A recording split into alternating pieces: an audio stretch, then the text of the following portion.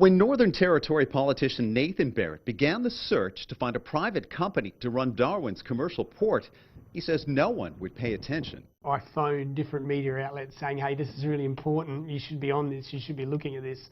I couldn't get these guys to write a story on this to save themselves. Now it seems the deal can't stay out of the news. Weeks after it was announced, the Chinese-owned Landbridge Group was picked to transform the ailing commercial port. It signed a 99-year lease for about $365 million US.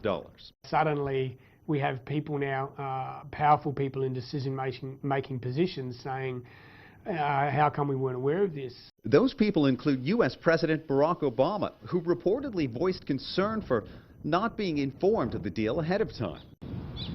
Part of the reason people are suddenly paying attention is that the port is also used by Australia's Navy, which hosts international forces for training exercises in the area, including U.S. Marines. You'll actually have a Chinese-owned port, which U.S. military forces may wish to use at some point.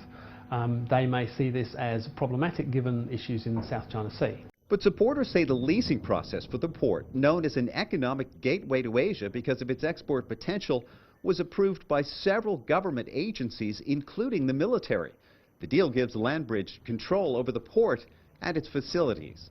Australia's defence minister is trying to put an end to the debate over national security, saying even though this port is leased to a foreign company, under Australian law, the military has the right to take control of this port whenever it deems it necessary.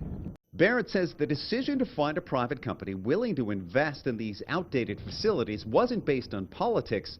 It was a matter of economics. In order to enable economic development, one of those things is that port needs to become an absolute linchpin. It needs to be the centre of what happens with the Northern Territory trading with Southeast Asia. There shouldn't be an issue.